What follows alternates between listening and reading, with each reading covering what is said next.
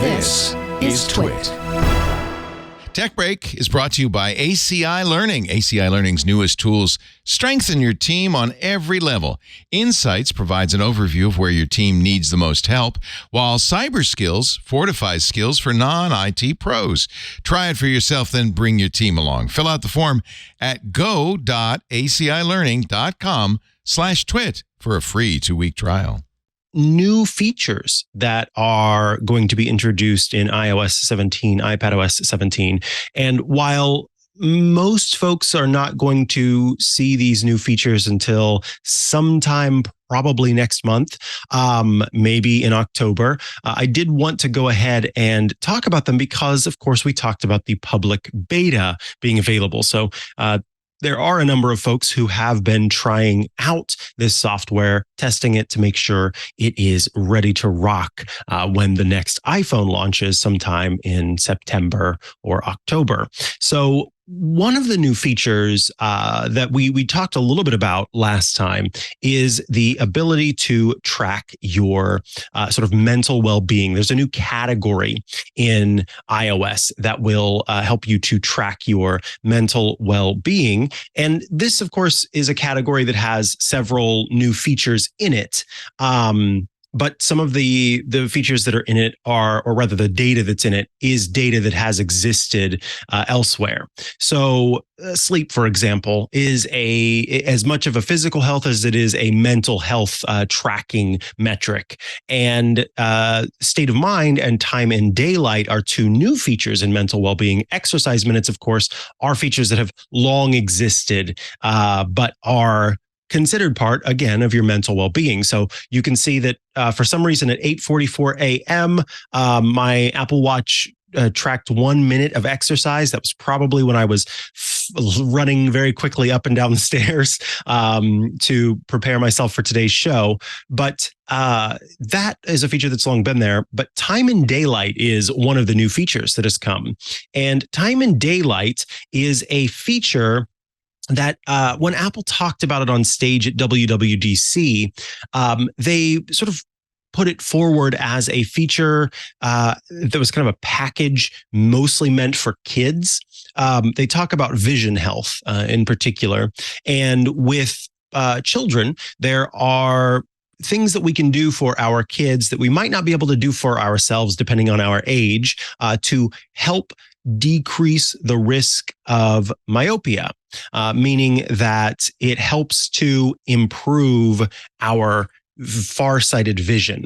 And so one of those things that we know is not looking at stuff too closely in front of our eyes. If we have it very close in front of our eyes, then we are potentially sort of not working out the proper muscles and overworking other muscles. And that can lead to, again, myopia. Another thing is going outside and being outside in daylight for a certain period of time. And there are multiple reasons for this. It has to do with daylight, yes, but it also has to do with the fact that when we are outside versus inside, our vision is sort of working in the background to look at things that are very far away and things that are near. Whereas when you are inside, your vision typically doesn't go very far, particularly if you live in California or some other place where real estate is incredibly expensive. So my little box of an office, my vision is not doing a whole lot of work when it's getting to the end of the room in this space.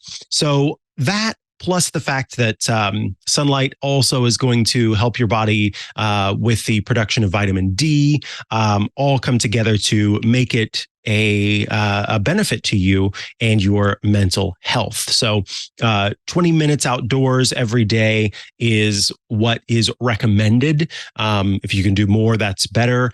And basically with the introduction of this feature for tracking, it will use your Apple Watch, which has an ambient light sensor built into it. And essentially, when it detects sunlight, then it will track that metric and use that as a way to determine if you've been in daylight.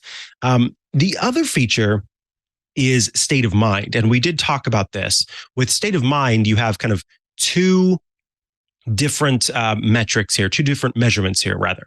One is mood and the other is emotion. And these are kind of standardized terms. I talked about this too, in at least the United States for psychological just terminology. And a mood is something that kind of encapsulates your day. It's a way to describe how you felt over the course of a day, whereas an emotion is something that you're feeling in a specific moment. So this state of mind log will let you track both kinds. You tap log, and then you can choose log an emotion, how you feel right now, or log a mood, how you felt overall today. And when you go through it, so let's just go with how you feel right now at 9:21 a.m. You have a slider. I'm feeling very unpleasant. I'm feeling unpleasant. I'm feeling slightly unpleasant, neutral, slightly pleasant, pleasant, or very pleasant. So I'll put slightly pleasant. And then it will say, okay, well, what best describes how you're feeling right now? And you could choose from the options that are presented to you, or you can choose show more to see some of the negative ones, because maybe you're feeling a little anxious at the same time that you're feeling excited, because anxious and excited are not too far from one another, but you're also feeling passionate about what you're talking about in the moment, and you are feeling relieved that there's no strangeness with the audio board going on, and that everything is working as it's supposed to be. Then it's asking what's having the biggest impact on you in this moment. Well, I'm definitely going to say work, because that's what I'm doing right now. And you can even put in additional context. So I'll say iOS today. And then afterwards you can tap done. And now this is logged. And in the moment, obviously, it is something that is not incredibly important, other than it is making you more mindful of how you're feeling at any given time. But what's great is that then you can look back and you can see how you've been tracking your mood and your emotions over the course of however long you've been doing this. And you can set up reminders for it as well. And when that all comes together, it gives you an idea of how maybe it's a specific time of day where your mood, or not mood, but rather your emotions shift, and you are feeling in this moment every day at 4 p.m. Suddenly you are feeling very unpleasant, and it turns out every day at 4 p.m. Is when the doorbell rings and your dogs try to go after who's at the door. I'm trying to think of something that would happen, kind of a recurring thing that could happen that would cause it. No, I've got a better one. Your every day at 4 p.m. you get a Slack message that says, let's schedule a meeting. We need to get together for this. And in your head, you're going, this could have been an email. So your mood drops. The point is, you can kind of become aware of, oh, right, that stinking Slack message is what's causing this issue. And then maybe there's a way that you're able to handle that. Maybe you do convince them that it could have just been an email. And then the last thing I'll mention here with state of mind is that it also comes with the standardized mental health questionnaires for anxiety and depression. These you'll be prompted to fill these out if you opt in every once in a while, but you can also just go in at any time. So maybe, whenever you first set this up, you want to go in first and foremost and fill these out. And if you have ever been screened for anxiety or depression, they'll be familiar to you. If you haven't, they're very easy questions to answer. Well, easy in terms of it's not, you're not filling in the blank or anything like that. It's like in the past several days, how often have you had trouble sitting still such that other people would pick up on the fact that you are having trouble sitting still? Or in the past several days, how often have you felt down, depressed, or hopeless? Those kinds of things that are, and then you've got an option of no days or hardly any days, then several days, most days, or all the days. And then you choose from there. And then at the end, you get a score, and that score represents how much at risk you are for depression or anxiety.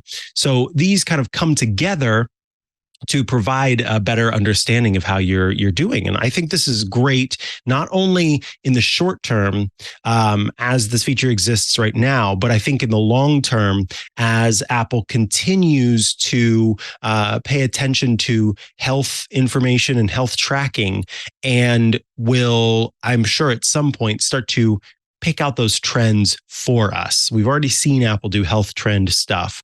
I'm looking forward to them going, hey, you on the days where you only exercise for 10 minutes or you don't go outside for 20 minutes, those days you are reporting that your mood is lower than it is on the days whenever you do this. And then you go, oh, this actually does have an impact. It's real. And it helps you overall. So very much looking forward to these new features that are coming.